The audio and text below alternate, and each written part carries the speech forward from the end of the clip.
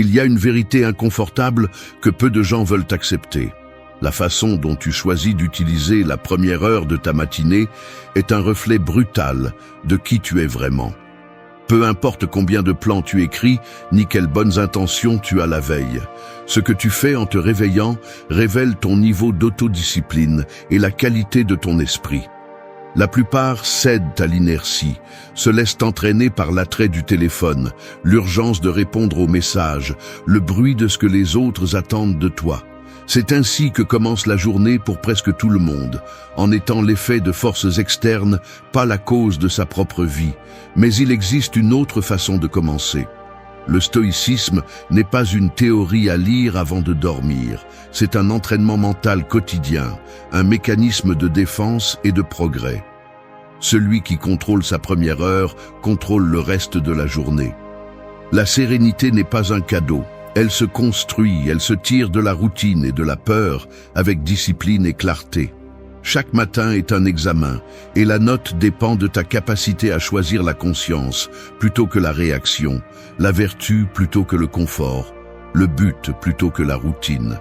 Aujourd'hui, je ne te propose pas de promesses vides, ni de belles phrases pour te sentir mieux 5 minutes. Je te propose 10 exercices mentaux qui peuvent briser la paresse et l'automatisme qui te freinent.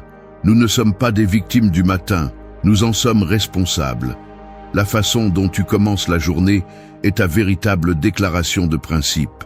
Entraîne ton esprit avant que le monde n'essaie de le conditionner à ta place. 1. Choisissez votre attitude avant de commencer la journée. La plupart des gens se lèvent déjà vaincus. Ce n'est pas que la journée les batte, c'est qu'ils ne se battent même pas. À peine ouvrent-ils les yeux et leur premier acte est de se rendre. Ils prennent leur téléphone, s'immergent dans des messages d'autrui et sans s'en rendre compte, ils cèdent le contrôle de leur humeur à tout ce qui apparaît sur l'écran. Si vous commencez ainsi, ce n'est pas le destin qui vous pousse, c'est vous-même qui vous met la corde au cou chaque matin.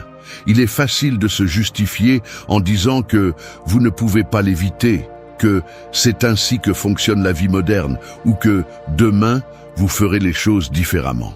Mais ces phrases sont l'usine de la faiblesse. Ce que vous ne maîtrisez pas dans la première heure, vous le maîtriserez le reste de la journée.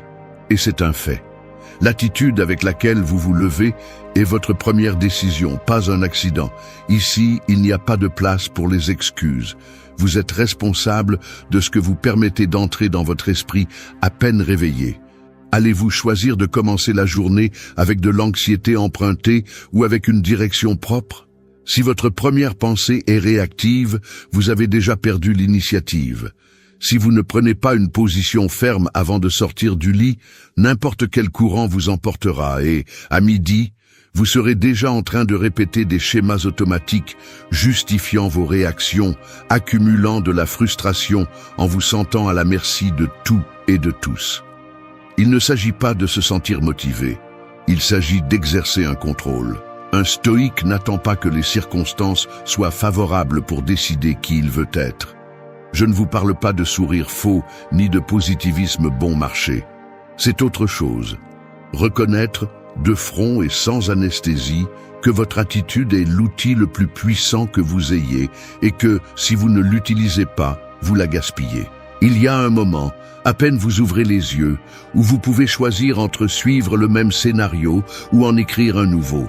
Cette décision est un petit acte de rébellion contre l'inertie. Et oui, c'est difficile. Au début, ça fait mal. Mais chaque fois que vous choisissez la conscience, vous gagnez du muscle mental. Et chaque fois que vous vous abandonnez au pilote automatique, cette dette interne grandit. Demandez-vous, allez-vous être l'auteur de votre journée ou juste un spectateur? Il n'y a pas de neutralité ici. Personne ne va vous offrir de la clarté, de l'autodiscipline ou un but. La première minute de la journée est à vous ou elle est aux autres. Choisissez votre attitude ou quelqu'un d'autre la choisira pour vous. La différence entre une journée gâchée et une journée vécue commence dans ce choix silencieux. Le caractère se forge quand personne ne vous regarde. Ce que vous tolérez le matin définit ce que vous permettez dans votre vie. La médiocrité est confortable, mais elle vous coûte cher avec les années. Proposez-vous, aujourd'hui, avant de sortir du lit, Je décide d'être maître de mon humeur. Personne ne va mener cette bataille pour vous. Commencez par vous-même et ne négociez pas avec votre faiblesse. 2. Protège ton esprit du bruit extérieur. À peine ouvres-tu la porte de ta maison, le monde est déjà en train de parler. Klaxons, voix, notifications, annonces collées sur les murs, fragments de conversation d'autrui. Tout rivalise pour attirer ton attention, comme si ton esprit était un écran public sur lequel n'importe qui peut laisser un message. Il est facile de se perdre là-dedans, de laisser la première vague d'informations t'emporter et dicter ton humeur, tes priorités, même les préoccupations que tu vas porter toute la journée. Parfois, il n'est même pas nécessaire de sortir. Il suffit d'allumer le téléphone ou de regarder les emails pour sentir que quelque chose d'extérieur décide déjà pour toi. Et si tu le permets, la clarté avec laquelle tu t'es réveillé se trouble, comme une eau claire qui devient trouble au premier contact avec la boue. Ce n'est pas un hasard si tu termines épuisé avant midi. Ton esprit traite des centaines de stimuli que tu n'as même pas choisis, et chacun laisse un petit résidu, une inquiétude, un doute, un désir qui n'était pas le tien jusqu'à ce que quelqu'un le sème sans demander la permission. Dans ce désordre, le plus facile est de perdre le fil de tes propres intentions et de commencer à fonctionner en mode automatique, répondant à ce que les autres attendent, à ce que l'environnement exige, à ce qu'un écran dicte. Le mécanisme est subtil. On pense qu'on choisit, mais en réalité, on ne fait que réagir. Si tu ne filtres pas ce que tu laisses entrer dans ta tête, tu finis par vivre avec des idées empruntées et des émotions de seconde main. Il y a un piège caché dans l'excès d'informations. Cela te donne l'impression d'être connecté, mais en réalité, cela te fragmente. Chaque morceau de nouvelles, chaque opinion d'autrui, chaque urgence fausse épuise ton énergie mentale, jusqu'à ce qu'il te soit difficile de distinguer l'important de l'accessoire. C'est comme essayer d'écouter ta propre voix dans une foule qui crie. Et c'est ici que se joue l'autodiscipline. Il ne s'agit pas de s'isoler du monde, mais d'apprendre à défendre ton espace mental, de mettre des limites claires à ce que tu permets de t'affecter. Tout ne mérite pas ton attention, ni chaque stimulus ne mérite une réaction. Tout ce qui arrive ne doit pas rester, rappelle-le chaque matin. Le stoïque comprend que l'esprit est une ressource limitée et que le protéger du bruit extérieur est une forme de respect envers soi-même. Il ne s'agit pas d'arrogance, mais d'hygiène mentale. Si tu ouvres la porte à chaque message, à chaque opinion, à chaque demande d'autrui, tu finis par devenir esclave d'un agenda qui n'est pas le tien. C'est pourquoi choisis tes premières sources d'information avec le même sérieux que celui avec lequel tu choisis quoi manger ou en qui faire confiance. La véritable clarté n'est pas le fruit du hasard, c'est le résultat d'une sélection consciente. Ce que tu permets de t'influencer finit par façonner ton caractère. Que ta journée ne commence pas avec le poids de l'extérieur. Entraîne-toi à protéger ton esprit. Celui qui ne met pas de filtre finit par vivre dans le désordre des autres. 3. Dirige tes pensées, ne les suis pas. Je l'admets, souvent j'ai laissé mes pensées me mener à des endroits que je n'ai pas choisis, comme si elles étaient des courants inévitables. On se trompe en croyant qu'on raisonne, alors qu'en réalité, on suit simplement le fil d'une préoccupation, d'une peur, d'une vieille habitude mentale qui se réactive sans avertissement. Ce glissement n'est pas inoffensif, c'est le début d'une chaîne. Une pensée en entraîne une autre, l'anxiété se multiplie, le focus se disperse, et sans s'en rendre compte, on ne vit plus le jour que l'on avait prévu, mais celui que notre esprit chaotique nous impose. Le piège réside dans l'apparence d'activité mentale. Tu crois que penser beaucoup équivaut à bien penser, mais ce n'est pas vrai. La pensée, si elle n'est pas dirigée, devient du bruit déguisé en analyse. Et ce bruit est coûteux. Il consomme ton énergie, affaiblit ta volonté et te rend vulnérable à tout stimulus extérieur. Il ne s'agit pas de contrôler chaque pensée de force, comme celui qui réprime une vague. Il s'agit de comprendre le mécanisme. Ce que tu ne choisis pas délibérément s'impose par inertie. Le cerveau est conçu pour économiser des efforts et répéter des schémas, même ceux qui te sabotent. Si tu ne filtres pas, Si tu ne diriges pas, tu finis par être coincé dans des boucles mentales qui ne font qu'alimenter de vieilles habitudes et des émotions qui ne te servent plus. C'est ici que la stratégie stoïque est implacable. N'accepte pas chaque pensée comme si elle était vérité, ni comme si elle méritait ton attention automatique. Mets-toi en mode directeur, pas en mode spectateur. Demande-toi, avec une brutalité honnête, cette pensée me rapproche-t-elle de la personne que je veux être ou renforce-t-elle simplement ma version la plus faible? Choisis. Diriger l'esprit est un acte d'autodiscipline quotidienne, pas un coup d'inspiration occasionnel. La pratique est concrète. Dès que tu remarques que ton esprit divague, arrête le flux et redéfinis la direction. Tu peux utiliser une phrase d'ancrage « Je ne suis pas les pensées, je les dirige ». Ce n'est pas de la magie, c'est de l'entraînement. Chaque fois que tu interromps un cycle négatif et choisis de délibérer, tu renforces le muscle de la volonté. Cela génère une différence cumulative. La personne que tu es à la fin de la semaine n'est pas celle qui réagit par habitude, mais celle qui décide avec intention. Les pensées sont des outils, pas des maîtres. Si tu les laisses gouverner, tu deviens esclave de tes propres mécanismes. Si tu les choisis et les canalises, le jour ne te domine plus, c'est toi qui domines le jour. N'accepte pas la tyrannie de ton esprit sans résistance. Soit tu prends le gouvernail, soit ce sont tes vieux fantômes qui le prendront. 4. Fais de la discipline ton premier acte. Un petit geste peut changer le cours de toute une journée, comme lorsque quelqu'un, avant que les autres n'entrent dans la pièce, réorganise les papiers sur la table et ajuste la chaise.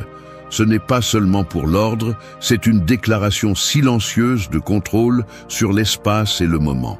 C'est ainsi que fonctionne la discipline dans la première heure de la journée. Je ne parle pas de grandes prouesses ni de routines parfaites, mais de ce premier acte qui semble insignifiant, mais qui contient la graine de tout ce qui vient après. Le corps assommeille, la tête cherche des excuses, les muscles pèsent plus que d'habitude, et l'esprit murmure déjà des négociations pour reporter, pour se laisser aller. Là, juste à cet instant, tu décides si tu t'appartiens ou si tu te laisses aller à la commodité habituelle. Le premier acte discipliné ne se voit pas de l'extérieur, mais se ressent. C'est la décision de te lever dès que l'alarme sonne, de poser les pieds sur le sol froid, d'aller directement au robinet et de laisser l'eau te réveiller, même si tu préfères la chaleur du lit. Cette fraction de seconde où tu choisis l'inconfort plutôt que le plaisir immédiat est là où tu commences à écrire le véritable scénario de la journée. La discipline ne concerne pas le châtiment ni la rigidité, mais de te prouver, dès le matin, que tu as la capacité de diriger ta volonté, même si le corps réclame le contraire. C'est regarder le téléphone et, au lieu de glisser le doigt, le laisser de côté. C'est préparer le petit déjeuner avec attention, même si la précipitation t'invite à tout faire en automatique. Il y a quelque chose de profondément libérateur à prendre le contrôle de ces petites actions. Le silence de l'espace, les sons concrets de l'environnement, le frottement des vêtements en s'habillant, la respiration qui devient plus ferme. Là, dans ces détails, se construit la différence entre une journée traînée et une journée dirigée. Parce que chaque petit acte discipliné est comme poser une pierre de plus dans les fondations de ton caractère. La discipline est ton bouclier invisible. Rappelle-toi cela lorsque la paresse voudra gouverner. L'esprit, en voyant que tu obéis à tes propres ordres, commence à avoir plus confiance en toi. Tu cesses d'être un otage des impulsions, car, même si elles sont fortes, elles ne sont pas les chefs. Tu deviens quelqu'un qui tient sa parole, même si personne ne regarde. Cela a une valeur inestimable, car la véritable estime de soi ne vient pas de discours grandiloquents, mais de l'accumulation de ces petites victoires intérieures. Personne ne t'applaudit pour ne pas regarder ton téléphone, pour commencer une tâche qui te met mal à l'aise, pour sortir, marcher, même si tu préfères rester au lit. Mais là, dans ce silence, se forge la personne que tu vas respecter à la fin de la journée. Le premier acte discipliné n'est pas négociable. Si tu cèdes, tout le reste perd de sa force. Fais de la discipline ton premier acte et tout le reste s'organisera derrière. Si tu maîtrises le début, tu maîtrises la journée. 5. Trouve de la force dans l'inconfort. Le confort te rend plus faible que n'importe quel adversaire réel. C'est aussi simple que cela. Si tu te réfugies dans la tiédeur, tu t'entraînes à céder chaque fois que la vie te demande un effort. Personne ne devient fort en évitant l'inconfort. Chaque fois que tu choisis le chemin facile, tu nourris justement la partie de toi qui te sabote le plus. La société entière te vend l'idée que tu mérites un plaisir immédiat, un repos sans l'avoir gagné, une gratification sans lutte. C'est du poison, une anesthésie pour le caractère, un piège qui te transforme en otage de tes propres désirs paresseux. Il faut le dire sans détour. Si tu cherches à grandir, l'inconfort n'est pas un obstacle, c'est le seul maître qui ne ment pas. La douleur momentanée de surmonter la paresse, l'inconfort physique de l'exercice, l'effort de rester concentré quand tu préférerais te distraire, sont des investissements. Chaque inconfort supporté consciemment est une brique de plus dans la forteresse de ta volonté. Ce qui te coûte, te construit. Et ce n'est pas un slogan, c'est une réalité biologique et psychologique. Tu veux savoir pourquoi tu continues à répéter les mêmes erreurs? Parce qu'à peine quelque chose te dérange, tu abandonnes. Tu changes de tâche, cherches une distraction, inventes des excuses de adulte fatigué. Ce n'est pas le destin, ce n'est pas la génétique, ce n'est pas la malchance. C'est ta tolérance à l'inconfort qui détermine ta limite. Si tout ce que tu fais est conçu pour éviter tout contact avec l'inconfort, prépare-toi à une vie de faiblesse et de regret. Le stoïcisme n'est pas une littérature ancienne, c'est un entraînement mental pour résister au poids de la vie sans plier. Observe tes matins. Quand le corps demande 5 minutes de plus au lit, quand l'esprit exige que tu reportes ce qui est difficile, c'est là que tout se joue. Celui qui cède à ses petites gênes cède ensuite dans les grandes choses. La force n'est pas spontanée, elle se cultive dans la répétition inconfortable. Arrête de glorifier la facilité, arrête de te protéger de ce qui te fait un peu mal. Le véritable respect de soi naît lorsque tu supportes l'inconfort et que tu restes ferme. L'inconfort est l'alchimie de ceux qui refusent d'être moyens. Prends-le comme une loi. N'attends pas de te sentir prêt. Le moment d'inconfort n'est jamais agréable, mais c'est là que se trouve l'or. Lorsque tu choisis délibérément ce qui est difficile, tu te prouves que tu es capable de gouverner ton esprit et ton corps. C'est la différence entre une journée médiocre et une journée de véritable avancée. Tu n'es pas spécial en évitant la douleur, tu es commun. Celui qui embrasse l'inconfort comme partie de l'entraînement quotidien est celui qui finit par exceller dans n'importe quel domaine. Alors, la prochaine fois que le matin te propose 2 chemins, le confortable et l'inconfortable, tu sauras que l'option correcte est celle qui te coûte le plus. Parce qu'il n'y a pas de force sans friction, ni de clarté sans traverser le poids de ce qui dérange. Choisis l'inconfort, et la journée cessera de te sembler un ennemi. 6. Choisis la vertu plutôt que la gratification facile. La gratification facile te rend faible. C'est la racine du problème que presque personne n'ose regarder en face. Il ne s'agit pas seulement de petites décisions, mais de la manière dont tu t'entraînes chaque matin, chaque fois que tu choisis le confortable, l'immédiat, ce qui te promet un soulagement rapide, tu sacrifies une partie de ton intégrité. Le mécanisme est simple et brutal. Tu évites l'effort. Tu tombes dans la tentation de ce qui te séduit un instant et ensuite tu traînes le poids invisible de la culpabilité, de la frustration, de la sensation d'avoir échoué encore une fois. Personne n'a besoin de te le rappeler. Tu le sens dans ton corps et dans ton esprit, car chaque concession à la facilité est un message direct à ton caractère. Tu n'es pas capable de résister. Cette fracture s'accumule, et peu importe combien d'excuses tu inventes pour la cacher. Cela se voit dans ta manière de regarder la journée, dans la peu d'énergie avec laquelle tu fais face aux défis, dans cette voix intérieure qui te demande moins que ce que tu sais que tu pourrais donner. La véritable bataille n'est pas contre le plaisir, mais contre la tendance à céder à lui sans filtre. Le problème est beaucoup plus profond que avoir de la volonté. C'est le manque d'un critère interne qui guide tes décisions quand personne ne te voit. Il y a une voix automatique, presque programmée, qui t'invite à prendre le raccourci, dormir 5 minutes de plus, vérifier le téléphone par habitude, manger n'importe quoi, juste parce que c'est à portée de main.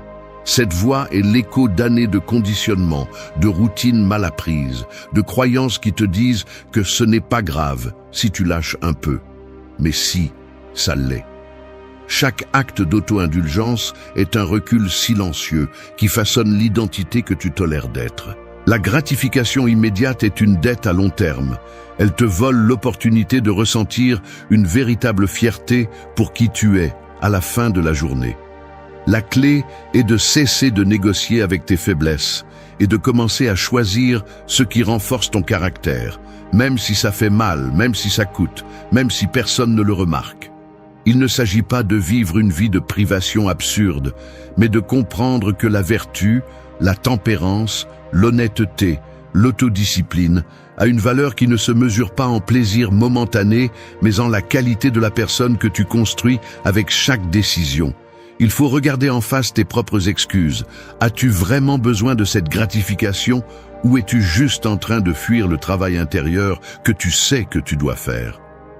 L'esprit s'habitue vite à la facilité, mais il peut aussi être entraîné à choisir ce qui élève, ce qui laisse une empreinte positive sur ton estime de soi. La vertu n'est pas négociable, répète-le lorsque la tentation se présente. L'intégrité ne se construit pas dans les grands moments, mais dans ces secondes inconfortables où tu choisis le chemin difficile parce que tu sais qu'il est le bon. Le plaisir sans mérite ne laisse pas de paix, seulement du vide. La gratification facile est l'ennemi de la liberté.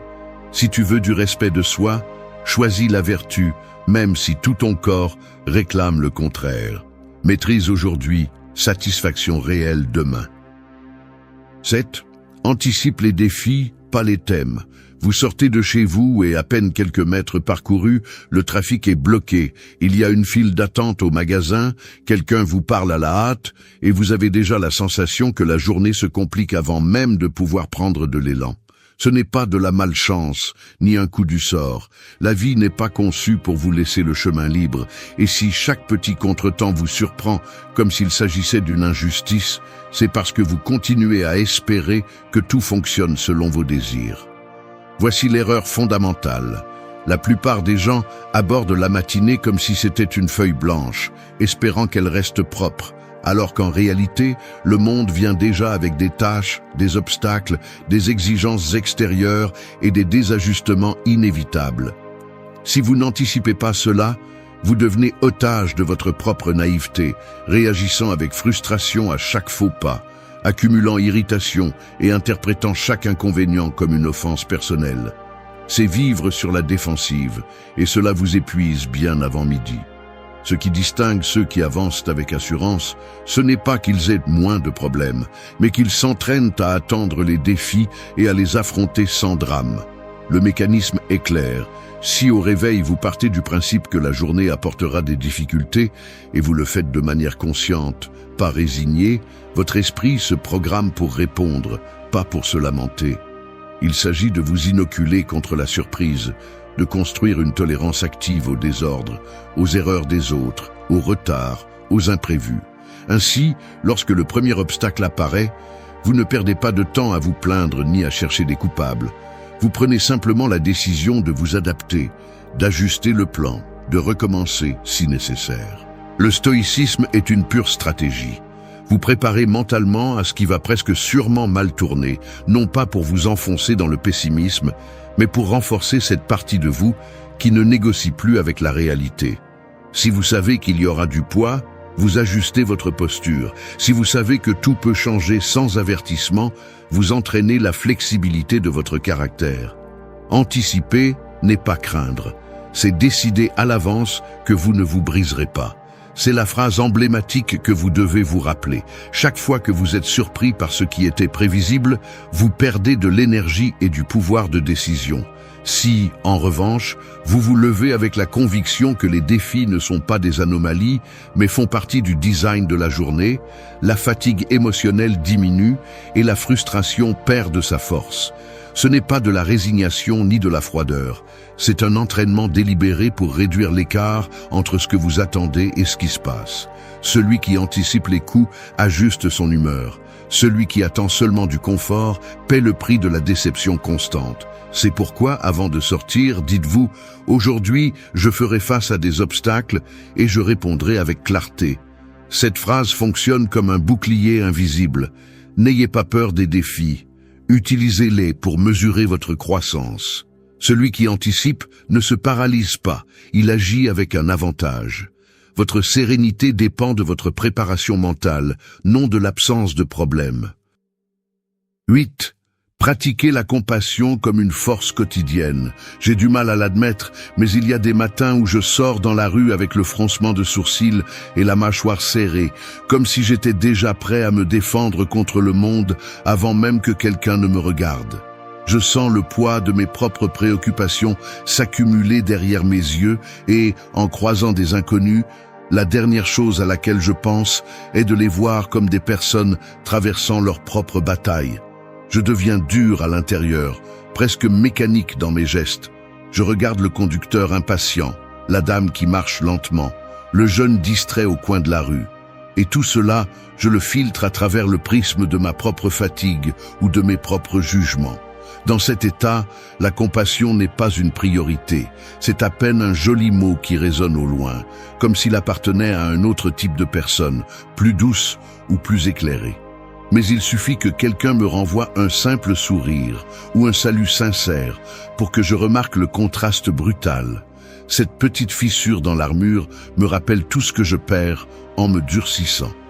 La compassion n'est pas une faiblesse, c'est un muscle qui s'atrophie si tu l'ignores, et chaque matin j'ai le choix de l'exercer ou de le laisser mourir. Dans la pratique, la compassion commence par les choses les plus simples. Prêter attention au visage, reconnaître la fatigue dans les yeux des autres, remarquer comment quelqu'un tient son téléphone avec des mains tremblantes, ou comment un travailleur ramasse les ordures tout en levant à peine la tête. Le bruit du trafic se mêle au pas pressé, l'odeur du pain frais se croise avec celle de la fumée des camions, et, au milieu de tout ce chaos, chaque personne est une somme d'histoires invisibles. Si tu t'arrêtes une seconde pour vraiment observer, tu vois que personne n'est exempt de fardeau. La compassion est la capacité de regarder au-delà de ton propre agenda et de comprendre que les autres, même s'ils ne te le disent pas, mènent aussi des batailles que tu n'imagines pas. Il ne s'agit pas de sentimentalisme ni de se laisser piétiner. C'est une force pratique. Quand tu choisis de comprendre plutôt que de juger, tu te donnes un avantage invisible. La colère des autres ne te déséquilibre plus de la même manière. Les mots durs perdent leur tranchant. L'empressement des autres cesse de te transmettre de l'anxiété. Pratiquer la compassion est un acte de maîtrise de soi aussi concret que de résister à la gratification immédiate ou de se lever quand c'est difficile. C'est décider que, même si l'esprit te pousse à la réaction automatique, tu peux répondre avec compréhension. Un geste aimable, un regard sans jugement, même céder le passage en silence, sont des entraînements quotidiens. Chaque fois que tu choisis de ne pas répondre avec dureté, tu gagnes du terrain intérieur. La compassion est une force silencieuse, répète-le en marchant. Parce que comprendre l'autre n'est pas se rendre, c'est prendre le contrôle de la qualité de ton humeur. La colère et l'indifférence te rendent plus faible que n'importe quel acte de bonté. Celui qui pratique la compassion, même quand personne ne le mérite, cultive une sérénité qui ne s'achète avec aucun autre effort. Fais de la compassion une habitude matinale, non pas parce que le monde le mérite, mais parce que tu mérites de ne pas porter l'amertume des autres. La véritable force est de choisir l'humanité, même dans les détails les plus petits. 9. Donne un sens à chaque lever de soleil. Un lever de soleil sans sens est comme une machine en mode pilote automatique. Elle consomme de l'énergie, produit du bruit, mais n'avance vers aucune destination réelle.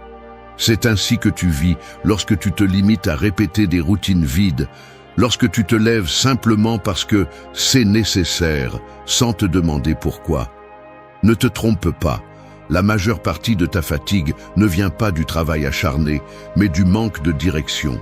Si tu ne donnes pas de sens à tes matins, tu deviens l'ouvrier d'un agenda que tu n'as même pas choisi. Ce sentiment de vide, ce dégoût qui t'accompagne même après une bonne nuit de sommeil, est le symptôme d'une vie qui avance par inertie. Personne ne te le dira en face, mais beaucoup préfèrent ne pas regarder cette vérité en face. Tu te voles toi-même l'opportunité de vivre avec un but chaque jour. Et la facture, c'est le temps qui te la présente, pas la chance. L'excuse la plus facile est le « je n'ai pas le temps de philosopher au réveil ». Tu n'as pas besoin d'heures de méditation, tu as besoin d'une brutalité d'honnêteté. Chaque jour que tu commences sans te demander « pourquoi me lève-je vraiment ?», tu te mets entre les mains du vide. Ne te cache pas derrière des obligations, ni ne te réfugie dans la routine confortable de faire pour faire. Si ton seul but matinal est de survivre à la journée, alors tu as déjà perdu la bataille avant même de commencer. Donne un sens à chaque lever de soleil, même si c'est inconfortable de regarder tes propres motivations faibles. Le sens ne se trouve pas, il se construit. C'est une décision, pas un accident. Es-tu prêt à tolérer une existence sans cap, juste pour éviter l'effort de te poser des questions difficiles ? Si c'est le cas, alors accepte la médiocrité comme ta compagne silencieuse. Celui qui ne donne pas de sens finit par être décoré dans la vie des autres. Grave-toi cela. Tu n'as pas besoin de grands mots ni de discours inspirants. Ce dont tu as besoin, c'est d'une définition agressive de ce que tu vas défendre ce jour-là, de ce que tu ne vas pas négocier, de ce que tu vas construire, même si cela coûte. Le but est l'encre qui empêche le courant de la paresse et de la confusion de t'entraîner vers le néant. Un jour avec sens est un jour qui dérange, car il exige quelque chose de toi. Attention, courage, engagement. Ce n'est pas de la poésie bon marché. C'est te demander, à voix haute si nécessaire, quelle valeur réelle vais-je ajouter aujourd'hui à ma vie et à celle des autres. Si tu ne réponds pas, la réponse sera le vide. Ne t'échappe pas avec l'excuse que tout le monde vit ainsi. C'est l'excuse de ceux qui se résignent à disparaître dans la foule. Si tu veux du respect pour toi-même, exige un but de ton esprit chaque matin. Ce n'est pas négociable. Soit tu décides du sens, soit on te l'impose. Phrase emblématique, un jour sans sens est une dette qui ne se paie jamais. Fais en sorte que se lever soit un effort, non pas par fatigue, mais par le poids de la responsabilité que tu as toi-même choisie. C'est ça, vivre de front. 10. Vis aujourd'hui comme si c'était irrépétible. Tu n'as pas de temps. C'est la vérité inconfortable que beaucoup préfèrent éviter. Chaque jour que tu laisses passer en attendant une meilleure occasion est un pari perdu. La vie ne te rendra pas une seule matinée gaspillée, et faire semblant qu'il y aura toujours une autre chance est la stratégie parfaite pour ne jamais changer. Intérieurement, tu le sais. Il y a une partie de toi qui ressent le poids de chaque routine répétée sans sens, de chaque geste fait par inertie, de chaque conversation vide qui remplit le silence juste pour ne pas entendre ce qui compte vraiment. Nous vivons comme si les jours étaient une ressource renouvelable, mais il suffit de regarder en arrière pour constater combien se sont écoulés sans laisser de traces. Ce mécanisme mental qui te dit « demain, oui, la prochaine fois je ferai mieux », est le même qui reporte ta vie et te vole de la force. Tout ce que tu relègues s'accumule comme une dette psychologique. Les mots non dits, les projets non commencés, les excuses que tu n'as jamais osé offrir ou les décisions que tu continues de reporter par peur ou par simple confort. L'auto-illusion est subtile. Tu te répètes que tu es occupé, que ce n'est pas le moment, que tu as besoin de clarté avant d'agir. Mais en réalité, c'est de la peur déguisée en prudence. Tu vis avec la fantaisie que le jour d'aujourd'hui n'est qu'un brouillon, une répétition générale pour une version plus courageuse et authentique que, au fond, tu crains de ne jamais atteindre. Sans t'en rendre compte, tu sacrifies l'essentiel pour l'urgent, et l'urgent a rarement une vraie valeur. Il y a une contradiction centrale en nous. Nous savons que nous sommes finis, mais nous agissons comme si nous avions un crédit illimité de lendemain. Chaque fois que tu cèdes à la paresse, à la distraction, aux excuses habituelles, tu paries ta seule vie au hasard d'un futur que personne ne te garantit. Le temps n'attend personne. Cette phrase devrait brûler dans ta conscience chaque fois que tes habitudes paresseuses essaient de négocier avec le jour. Vivre aujourd'hui comme si c'était irrépétible n'est pas penser à la mort avec angoisse, mais cesser de tolérer la médiocrité avec laquelle tu te traites parfois. C'est regarder en face tes priorités et te demander sans concession quel poids réel accorder à mon temps. Car c'est là que ta vérité se révèle, non dans tes intentions, mais dans tes décisions concrètes. L'esprit cherche du réconfort dans la répétition parce qu'il craint le risque de l'authentique, mais chaque journée est un espace unique pour défier ce confort et entraîner le courage de faire ce qui compte vraiment, même si cela coûte, même si cela fait mal, même si personne ne l'apprécie. La vie ne se répète pas, elle se vit. Et chaque matin est une page blanche qui, si tu ne l'écris pas, se remplit de routines vides. L'urgence de vivre ne se négocie pas. Fais en sorte qu'aujourd'hui compte, ne serait-ce que parce qu'il ne reviendra jamais. Personne ne naît avec une carapace de sécurité. Cette image intouchable que beaucoup projettent est en réalité le résultat d'années de lutte silencieuse contre des doutes qui érodent de l'intérieur. L'insécurité n'est pas seulement un murmure inconfortable, c'est un mécanisme mental qui sabote chaque pas, remet en question chaque réussite et transforme l'opinion des autres en une sentence. Vivre ainsi, c'est comme porter une dette interne qui ne se termine jamais de se payer. Chaque jour s'ajoute plus d'intérêt, plus de poids, plus de fatigue psychologique. Ce qu'on ne dit pas souvent, c'est que, bien que le monde essaie de te vendre des formules rapides, la véritable sécurité ne se hérite pas ni ne se feint. Elle se construit et souvent au prix de fractures douloureuses dans le caractère. Ici, nous n'allons pas adoucir la réalité. L'insécurité t'isole, te fait perdre des opportunités et, si tu ne t'en occupes pas, finit par te voler la vie sans que tu t'en rendes compte. Mais il y a une issue, et ce n'est pas une fantaisie motivationnelle.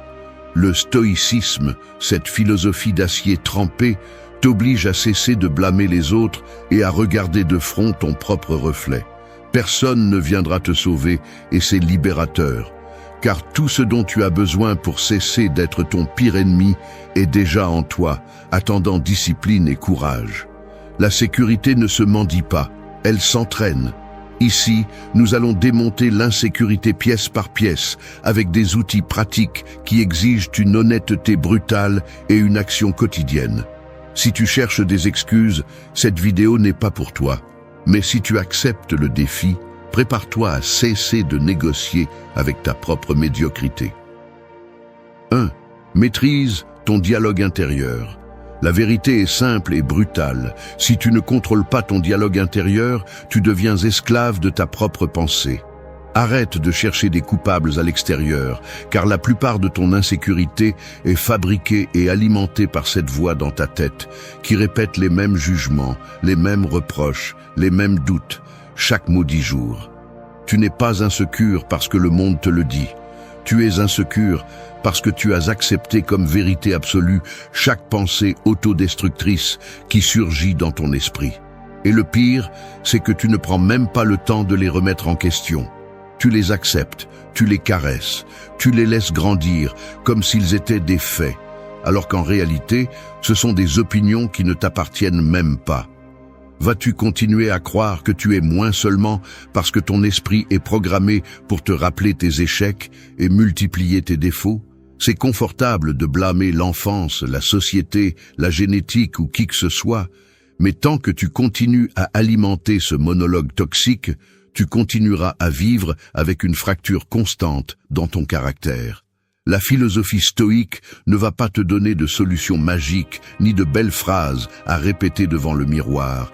Elle exige de la discipline et une responsabilité absolue sur ce que tu permets de se répéter dans ton esprit. Chaque fois que tu te dis « je ne peux pas, je ne suis pas assez, ce n'est pas pour moi », tu renforces une dette émotionnelle qui te pèse ensuite dans chaque décision. Si tu ne te mets pas fermement avec toi-même et que tu ne commences pas à filtrer cette poubelle mentale, tu vas continuer à traîner de l'insécurité, même les jours où tout se passe bien. Tu ne peux pas contrôler ce que les autres pensent de toi, mais tu peux contrôler le filtre mental, avec lequel tu analyses tes propres erreurs, tes réussites et tes échecs. Le stoïcisme t'oblige à séparer les faits des interprétations, à regarder en face les données brutes et non les histoires que ton dialogue intérieur veut te vendre.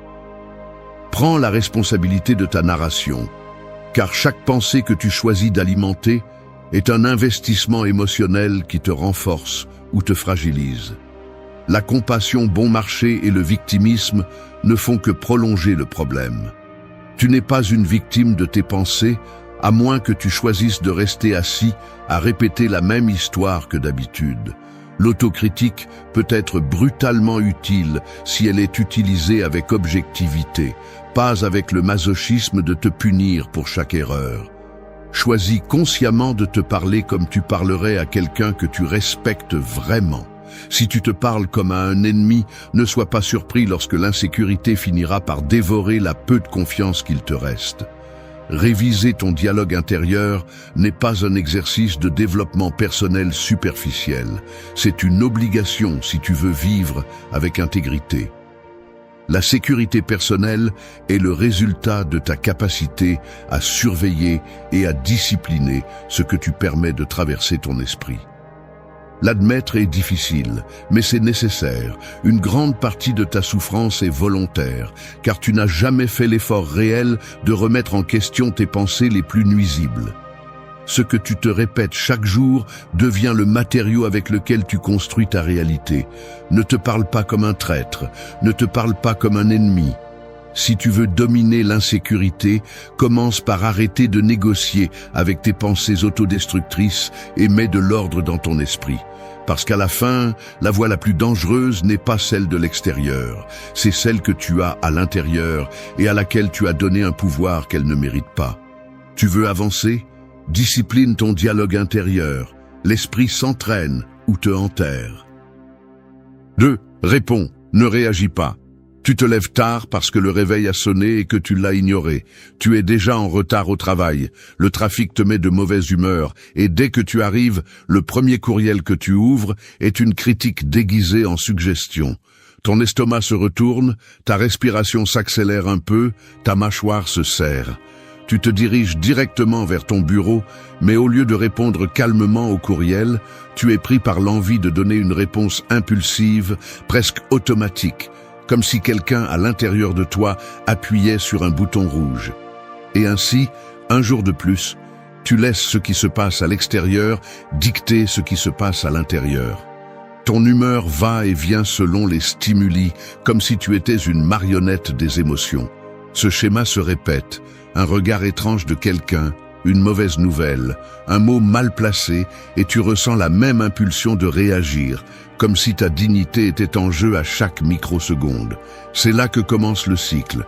D'abord le stimulus, puis la réaction immédiate, et ensuite le regret, ce poids que portent ceux qui ne gèrent pas leurs propres ressorts internes. Ce que tu ne vois pas, ou ce que tu n'as pas voulu voir, c'est que l'insécurité se nourrit précisément de ces réactions automatiques. Ce n'est pas seulement ce qui se passe, c'est comment tu sautes devant ce qui se passe, comme si ta valeur dépendait de chaque événement externe. Chaque fois que tu réponds sans filtre, que tu te laisses emporter par le premier impulsion, tu renforces la croyance que tu n'as pas de véritable contrôle sur toi-même. Et cette idée, même si tu ne l'exprimes pas à voix haute, ronge ton estime de soi. La philosophie stoïque martèle ce point. Entre ce qui se passe et ce que tu fais, il y a un espace, et cet espace est le seul territoire qui t'appartient réellement.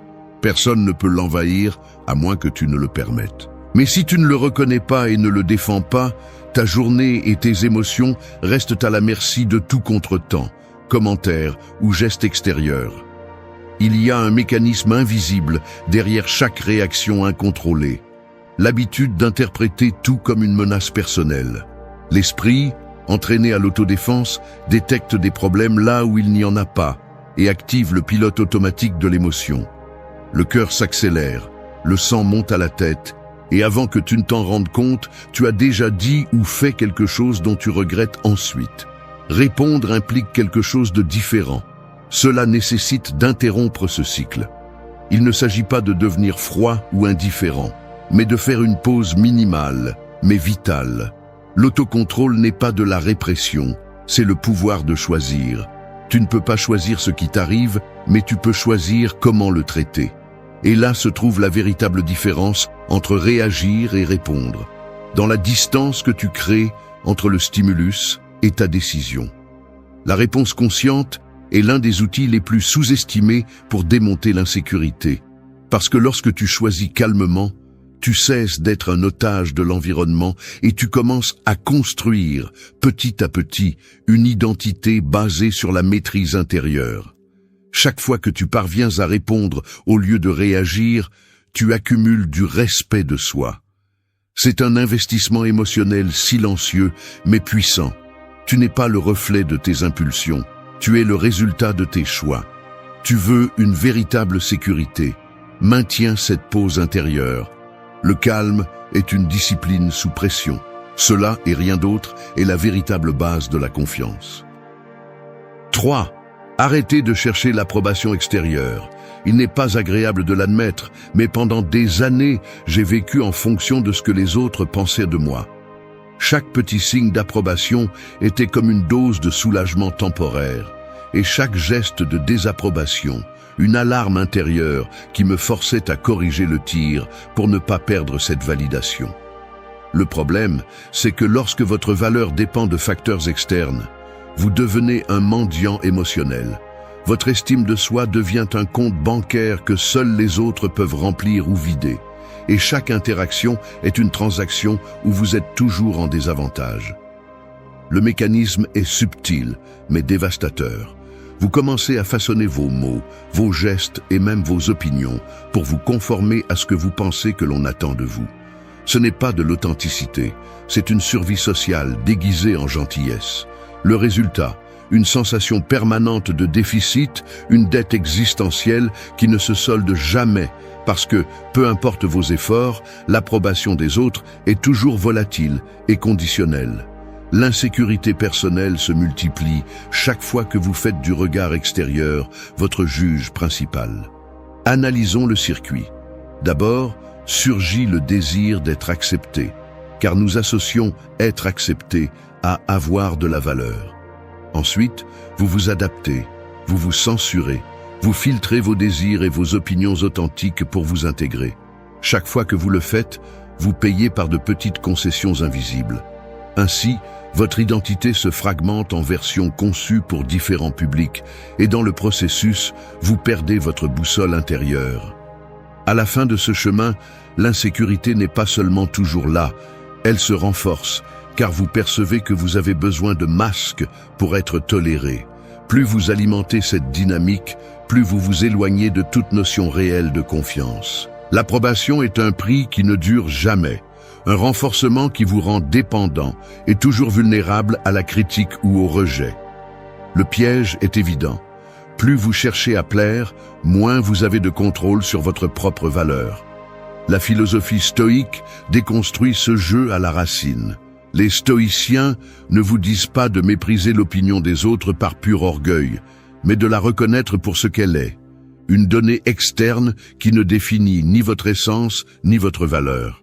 Le critère personnel est le seul filtre qui vous protège des fluctuations émotionnelles produites par la recherche constante de reconnaissance. Lorsque vous cessez de négocier votre identité pour de l'approbation, vous vous libérez d'une dépendance chronique qui ne vous apportera jamais la paix. Le respect des autres, s'il arrive, est une conséquence, pas un objectif. L'objectif réel est de maintenir la cohérence interne, d'agir selon vos principes et de maintenir cette direction même lorsque personne n'applaudit. Si votre sécurité dépend des autres, elle ne sera jamais à vous. Elle sera toujours empruntée. Le processus exige une révision brutale de vos motivations quotidiennes. Il faut se demander, avec une honnêteté inconfortable, combien de vos décisions sont contaminées par le désir d'être acceptées. Combien de fois dites-vous oui pour ne pas déranger? Combien de fois taisez-vous votre véritable opinion pour ne pas risquer le rejet? Chaque concession s'ajoute à un compte qui, tôt ou tard, vous coûtera cher, sous forme de ressentiment, de fatigue et d'un sentiment de vide que vous ne comprenez pas tout à fait. Cesser de chercher l'approbation extérieure ne signifie pas devenir insensible ni arrogant. Cela signifie rediriger l'énergie vers ce que vous pouvez contrôler, vos actions, votre intégrité, votre propre opinion sur vous-même. Lorsque vous comprenez cela, quelque chose change. Vous cessez d'être un acteur secondaire dans la vie des autres et commencez à écrire votre propre scénario. La véritable sécurité ne se mendie pas. Elle se construit dans la solitude et se démontre en public. Si vous cherchez une validation, vous vous vendez à bas prix. Si vous agissez avec discernement, vous gagnez du respect pour vous-même. Et c'est un investissement qui ne perd jamais de valeur. 4. Tiens tes engagements envers toi-même. Traverser une pièce dans l'obscurité totale, sachant que chaque pas dépend de ta mémoire et de ta volonté, et non de la lumière, t'oblige à faire confiance à quelque chose de plus profond que l'évidence. C'est ça, tenir des engagements envers soi-même, avancer même quand personne ne regarde, ne applaudit, ni exige. La plupart des gens attendent des projecteurs externes pour agir, mais la véritable sécurité se forge dans cette pénombre quotidienne où seul toi sais si tu as fait ce que tu as promis ou si, une fois de plus, tu t'es trahi en silence. Pense à la sensation physique de remettre à demain cette tâche que tu as juré de terminer aujourd'hui. Le corps se rétracte légèrement, la poitrine reste tendue et l'estomac ressent un malaise qui ne disparaît pas rapidement. Tu n'as pas besoin de témoins. L'inconfort est la facture interne que tu paies chaque fois que tu romps une promesse envers toi-même. L'insécurité grandit juste là, dans ce solde négatif d'engagement brisé, dans cette constance invisible de petites décisions reportées. La discipline personnelle n'est pas une prison, c'est un refuge. C'est l'acte de te maintenir dans ce que tu décides, même si la motivation s'est évaporée depuis des heures. Il suffit d'observer celui qui se promet de se lever tôt, de lire une page, de faire de l'exercice, et qui finit par céder à la première fatigue. Les gestes sont petits, le réveil qui s'éteint avec agacement, le livre qui reste fermé sur la table, les baskets qui ne s'attachent jamais. Chaque manquement se ressent dans le corps, même si tu le couvres d'excuses rationnelles. Ces détails s'accumulent, et le pire, c'est que l'esprit n'oublie jamais ses propres défaites. Le respect de soi ne se construit pas avec de beaux discours, mais avec l'accumulation quotidienne de faits, même minimes, qui prouvent que tu peux te faire confiance. Tenir ta parole envers toi-même est le seul contrat qui ne prescrit pas et n'admet pas de renégociation sans conséquence. Beaucoup se trompent en croyant que la sécurité vient de grands succès publics, mais la réalité est bien plus crue. Ta confiance en toi est le résultat de milliers de micro-actions privées, la plupart invisibles, que tu exécutes même quand il serait facile de les laisser passer. La force de caractère se façonne dans ces choix inconfortables, quand tu préférerais abandonner mais choisis de te tenir. La philosophie stoïque n'idolâtre pas la discipline par caprice, mais parce qu'elle sait que chaque acte de volonté t'entraîne à supporter l'inconfort et, surtout, à te respecter dans ce que tu décides. Tu n'as pas besoin de rituels grandioses, ni de promesses publiques. Il te suffit d'une seule chose, faire ce que tu as dit, même si personne ne le remarque. La grandeur commence dans l'invisible. Chaque engagement tenu est un investissement dans ton estime de soi. Chaque promesse rompue est un trou qui affaiblit tes fondations. La sécurité n'est pas un don, c'est le résultat répété de te tenir ferme quand il serait plus confortable de te faillir. Combien de fois t'es-tu senti fier après avoir cédé à la paresse ou à la peur? Aucune. Le véritable respect de soi se construit dans l'obscurité, quand seul toi est témoin. Si tu veux arrêter de te sentir en insécurité, sois implacable avec ce que tu te promets. Le muscle de la discipline s'entraîne en privé. Le caractère ne se négocie pas. La différence entre un jour gagné et un jour perdu se décide presque toujours dans ces instants intimes où il semble que personne ne verra le résultat. Mais ton esprit le voit, ton corps le ressent et ton cœur le réclame. Tiens ta parole, même si la motivation faillit. La discipline est la forme la plus pure du respect de soi. Personne ne peut construire ta sécurité à ta place. Chaque fois que tu choisis de te tenir, l'obscurité intérieure se dissipe un peu plus. 5. Lâche ce que tu ne contrôles pas. Lâcher prise n'est pas abandonner, c'est cesser de gaspiller ta vie sur ce qui n'a jamais été entre tes mains. Voici le coup que personne ne veut encaisser. Tant que tu resteras obsédé par le contrôle de ce qui ne dépendra jamais de toi, ton insécurité sera infinie, car il y aura toujours quelque chose qui te glissera entre les doigts. Tu veux avoir en main l'opinion des autres, le résultat exact de chaque essai, le climat émotionnel de ceux qui t'entourent, la perfection de tes plans. Tout cela n'est qu'un mirage qui alimente uniquement la frustration et le ressentiment. Jusqu'à quand vas-tu te permettre ce piège? Il ne s'agit pas de te résigner, il s'agit de comprendre que chaque gramme d'énergie que tu investis dans ce que tu ne contrôles pas est une dette émotionnelle qui ne sera jamais remboursée. C'est aussi simple que cela. Ce qui ne dépend pas de toi t'appartient autant que la pluie ou le trafic. Tu continues de croire que l'anxiété se résout en pensant davantage, en planifiant chaque détail, en anticipant des scénarios, mais c'est tout le contraire. Plus tu t'obsèdes pour l'extérieur, plus tu deviens faible à l'intérieur. L'esprit se déforme lorsque tu l'utilises comme un instrument de surveillance perpétuelle sur l'impossible. Le résultat est une fatigue chronique, un sentiment d'insuffisance qui se multiplie chaque fois que la réalité ne répond pas à tes attentes. Le stoïcisme te crache la vérité au visage. La seule chose que tu maîtrises vraiment, c'est ton attitude, tes actions et le sens que tu choisis de donner à ce qui se passe. Personne d'autre ne mettra ce filtre à ta place. S'accrocher à ce que tu ne contrôles pas est un acte de lâcheté mentale, une façon d'éviter le travail difficile d'agir sur ce qui t'appartient. Il est plus confortable de blâmer le hasard, le destin, la malchance, que d'assumer la responsabilité brutale de ce que tu peux réellement changer. Chaque fois que tu te surprends à revisiter encore et encore le même problème, à tourner en rond sur ce qui ne s'est pas passé comme tu le voulais, à répéter dans ta tête le film de ce que les autres ont dit ou fait, tu choisis de te fragiliser. Ne fais pas semblant, cette insistance n'est pas de l'inquiétude, c'est la peur d'accepter ta propre limite. La véritable liberté commence lorsque tu décides de lâcher le poids mort des attentes, le besoin d'avoir raison, le désir enfantin de contrôler le résultat final. La sérénité n'est pas un luxe réservé aux éclairés, c'est le fruit d'un entraînement quotidien au détachement. Tu cesses de demander au monde de te faire sentir en sécurité et tu commences à construire cette sécurité à partir de la seule source que tu as, ta conduite, ton jugement, ta réponse. L'insécurité grandit dans le domaine de la fantaisie. Si telle personne changeait, si le monde fonctionnait comme je le veux, alors je serais tranquille. Mensonge. Cette tranquillité n'arrive jamais car il y aura toujours quelque chose hors de ta portée. La maturité émotionnelle se démontre dans la capacité à réduire l'horizon à l'essentiel. Que dépend de moi, ici et maintenant? Le reste n'est que bruit qui t'entraîne et te distrait de ce qui est vraiment important. Chaque fois que tu lâches, tu gagnes en force.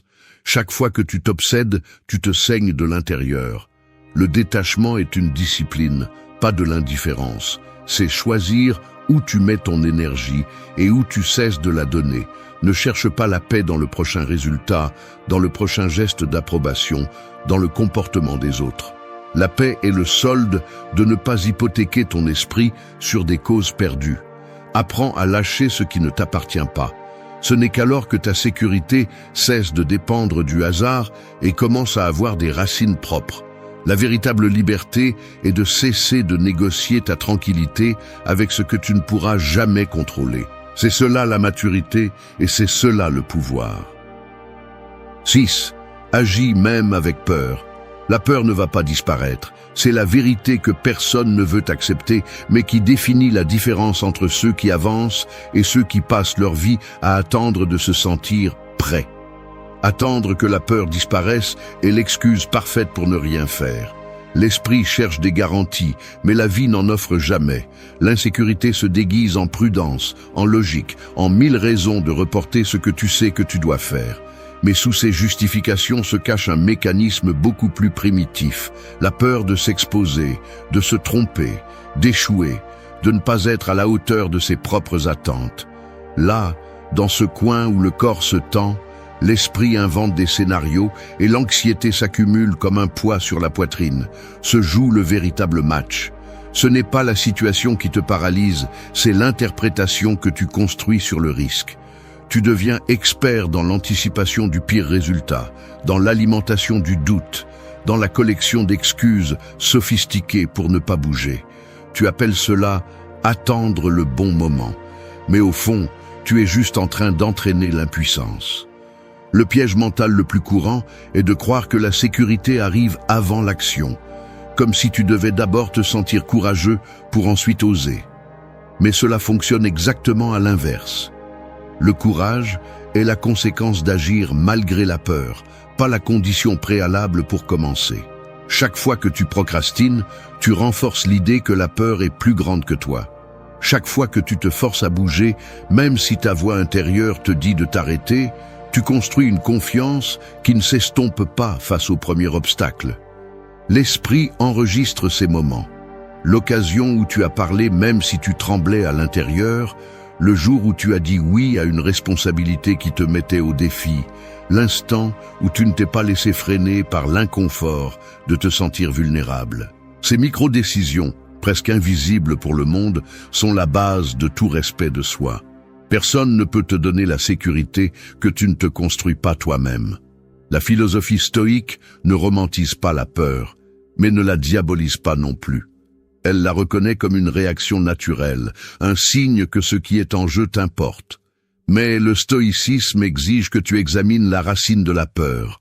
Est-ce vraiment une menace ou juste une perception déformée par tes propres croyances ? La plupart des peurs actuelles ne sont ni physiques ni mortelles. Elles sont sociales, émotionnelles, imaginaires. Tu crains le ridicule, le jugement, le rejet, de ne pas répondre aux attentes que tu t'es imposées ou que tu absorbes des autres. Le problème est que plus tu négocies avec ces peurs, plus leur ombre devient grande. Il n'y a pas de raccourci. La seule façon de réduire le pouvoir de la peur est de la traverser. Action, pas débat interne. Mouvement, pas paralysie réflexive. La sécurité authentique est une conséquence, jamais une condition préalable. Attendre de ne plus avoir peur est une autre façon de se rendre en silence. L'action est la seule véritable thérapie contre l'insécurité. Chaque pas que tu fais, même s'il est petit et même si la peur t'accompagne, est une déclaration d'indépendance mentale. Il ne s'agit pas de devenir téméraire, mais de décider que la peur ne dicte pas tes limites. Le courage n'est pas l'absence de peur, c'est choisir d'avancer en portant ce poids. Fais ce que tu dois faire, précisément parce que tu as peur. C'est la seule façon de te prouver qui commande vraiment dans ta vie. Avance, même si le doute crie. La peur est un conseiller, pas un geôlier. 7. Sois brutalement honnête avec vous-même. Vous rentrez du travail et bien que la journée n'ait pas été particulièrement mauvaise, une gêne vous poursuit. Vous consultez votre téléphone, vous vous distraisez avec n'importe quoi, vous mangez plus que de raison, ou vous vous promettez que demain, vous allez vraiment commencer à fond, mais au fond de vous, vous savez que vous vous évitez. L'esprit est habile à inventer des excuses et à justifier de petits échecs. Mais le soir, quand le bruit diminue et que personne ne vous regarde, la vérité apparaît sous la forme d'un inventaire inconfortable. Ce que vous avez remis à plus tard, ce que vous n'avez pas dit, ce que vous avez fait semblant de ne pas voir. Éviter cette révision interne est le mécanisme préféré de l'insécurité, car vivre dans le déni semble moins douloureux qu'accepter, de front, vos propres incohérences. Mais ignorer vos angles morts ne fait qu'alourdir le poids que vous traînez chaque jour. L'honnêteté brutale envers soi-même n'est pas une pose ni une phrase à la mode, c'est un outil chirurgical. L'insécurité prospère dans le terreau fertile de l'auto-tromperie. Minimisez vos défauts, exagérez vos réussites, vous cachez derrière des justifications, fabriquez des récits où il y a toujours un « mais » pour chaque résultat médiocre. Le mécanisme est simple. Moins vous osez regarder vos limitations en face, Plus vous laissez de place à la doute et à la culpabilité, cette dette interne s'accumule et finit par se manifester sous forme d'anxiété, de sentiment d'imposture ou de cette fatigue existentielle qui vous fait sentir qu'il vous manque toujours quelque chose pour être tranquille. Personne ne vous oblige à vivre ainsi, mais il est plus facile de se raconter des histoires que de déconstruire le récit et d'accepter les données brutes. Si vous examinez les schémas de ceux qui ont une sécurité intérieure solide, vous verrez que la différence ne réside pas dans l'absence d'erreurs, mais dans la capacité à les admettre sans anesthésie.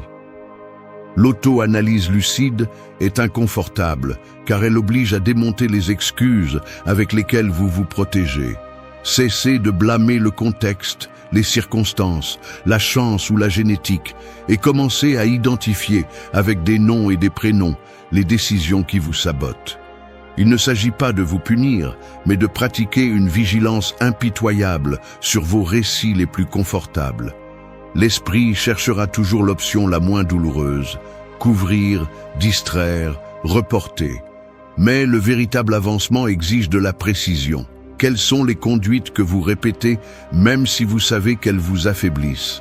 Quelles décisions vous coûtent cher en estime de soi parce que vous refusez de les affronter?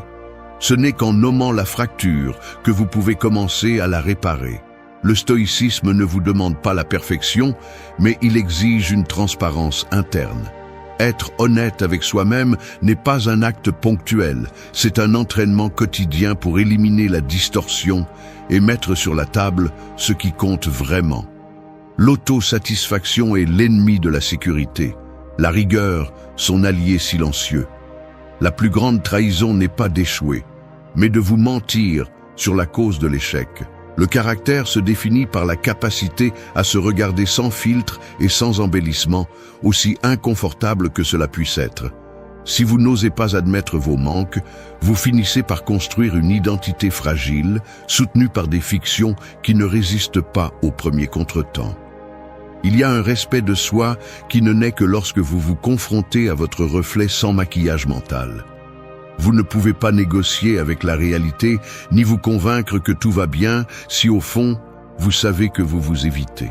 L'honnêteté interne est la seule base stable sur laquelle vous pouvez construire une sécurité qui ne dépend ni du hasard, ni de l'opinion des autres. Acceptez vos points faibles, donnez-leur un nom, et décidez si vous allez continuer à tolérer ce déficit ou si vous allez agir. La transparence est liberté. Se mentir est une condamnation invisible. Personne ne franchit la porte de la sécurité personnelle en portant des fictions sous le bras. 8. Protège ton esprit de l'environnement toxique. J'admets quelque chose qui me dérange plus que je ne le voudrais. Il y a des jours où même en me sentant relativement bien, une conversation mal engagée, un commentaire sur les réseaux ou même le ton de voix de quelqu'un au bureau suffit à perturber mon état mental. Ce n'est pas seulement ce que j'entends, c'est une sorte de contamination invisible qui s'infiltre dans ma tête et y reste, tournant, affectant mon humeur et ma perception de moi-même. Je suis surpris de constater comment le geste tendu d'un collègue, les commentaires acerbes d'un groupe ou les nouvelles pleines de cynisme deviennent la matière première de pensée qui, si je ne fais pas attention, finissent par déformer mon humeur. Le corps le ressent. Des épaules qui se chargent, une mâchoire serrée, une fatigue étrange qui ne s'explique pas seulement par le travail. L'esprit, sans que tu t'en rendes compte, commence à imiter le ton de ce qui l'entoure. Tu laisses les opinions des autres s'infiltrer et tu te découvres à répéter des phrases, des doutes et des jugements qui ne viennent pas de toi. C'est l'impact réel d'un environnement toxique. Il t'installe une narration étrangère, il plante des graines d'insécurité et les arrose en silence chaque fois que tu baisses ta garde. Il n'est pas nécessaire d'être entouré de personnes ouvertement hostiles pour que l'environnement te consume. Il suffit de côtoyer quotidiennement des personnes qui vivent dans la plainte, la critique constante, le sarcasme déguisé en humour ou le scepticisme venimeux. L'air se remplit d'une sorte de poids invisible, une atmosphère qui exige que tu sois toujours sur la défensive, ou pire, qui t'entraîne dans son propre ton défaitiste. Le cerveau apprend vite. Si tout le monde doute, tu doutes aussi. Si tout le monde se plaint, il te devient naturel de trouver des raisons de te joindre au cœur. Sans t'en rendre compte, ton dialogue interne commence à sonner comme la somme de ces voix externes. L'insécurité n'est pas toujours une blessure individuelle. Souvent, c'est le résultat d'avoir absorbé, jour après jour, une vision du monde qui te fragilise plus que tu ne le reconnais. Prendre soin de son environnement mental est une décision quotidienne. Pas un luxe ni un acte égoïste. C'est une question de survie psychologique. Le stoïcisme ne prêche pas la fuite. Il enseigne à lever des filtres. Tu ne peux pas toujours choisir où tu travailles ou avec qui tu passes ta journée. Mais tu as la responsabilité de décider ce que tu permets d'entrer et ce que tu laisses dehors. L'esprit est comme une maison. Si tu ne fermes pas les portes et les fenêtres, n'importe qui peut entrer pour laisser ses déchets. Protéger ton espace mental implique d'observer avec une brutalité honnête quelles conversations, quels environnements et quels contenus te fragilisent. Ressens-tu un poids supplémentaire après avoir passé du temps avec certaines personnes? Remarques-tu comment ton humeur décline après avoir consommé certains types de nouvelles ou de réseaux? Ce n'est pas un hasard. L'environnement peut être un terrain d'entraînement ou un marécage émotionnel. Tu choisis si tu le laisses envahir ta tête. La discipline mentale commence par poser des limites. Des limites aux discussions destructrices, à l'exposition inutile à des contenus toxiques, à l'habitude de tout vérifier, même si tu sais que cela te laisse dans un état pire que celui dans lequel tu étais. Tu ne peux pas construire de la sécurité si chaque jour tu permets aux autres de semer le doute, la peur ou le ressentiment dans ton dialogue interne. Le respect de soi se défend aussi en sélectionnant rigoureusement ce qui nourrit ton esprit. Il y a des décisions qui semblent petites, mais qui sont déterminantes. S'éloigner d'une table, mettre en sourdine un groupe, cesser de suivre des comptes qui ne promeuvent que le doute et la comparaison. Tu n'as pas l'obligation d'être l'éponge émotionnelle de l'environnement. Choisis ce que tu laisses entrer. Ce filtre est ton bouclier invisible. La sécurité personnelle est le résultat de prendre soin, chaque jour, de l'alimentation mentale que tu consommes. Ce que tu laisses passer te transforme ou te corrompt. Tout ne mérite pas une place dans ta tête. Souviens-toi, celui qui ne protège pas son environnement mental finit par penser avec la voix des autres.